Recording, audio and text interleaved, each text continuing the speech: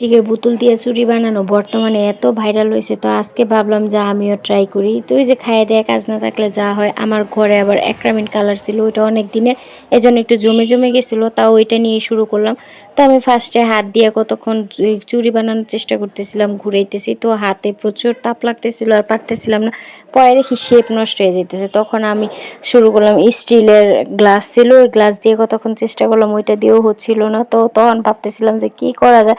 তখন দেখি আমার একটা ছোট্ট মশলার বয়াম আছে, তাড়াতাড়ি মশলার বয়ামে মশলাগুলো রেখে মশলার বয়াম নিয়ে আবার শেপ দেওয়ার চেষ্টা করলাম, দেখেন অবস্থা।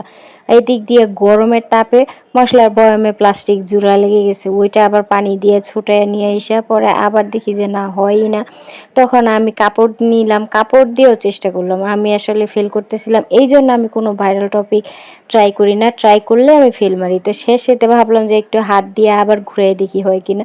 তো তখন দেখতেছিলাম হালকা একটু একটু হইতেছিল, এই তো দেখেন শেষে আমার অনেক কষ্টের পরে এই তিনটা মোটামুটি হয়েছে, ভিতরের ফিনিশিং আর দেখেন না আপনারা। আর এই যে প্রথম তিনটা দেখেন, আমি আজকেও ফেল মারছি, বলছিলাম না।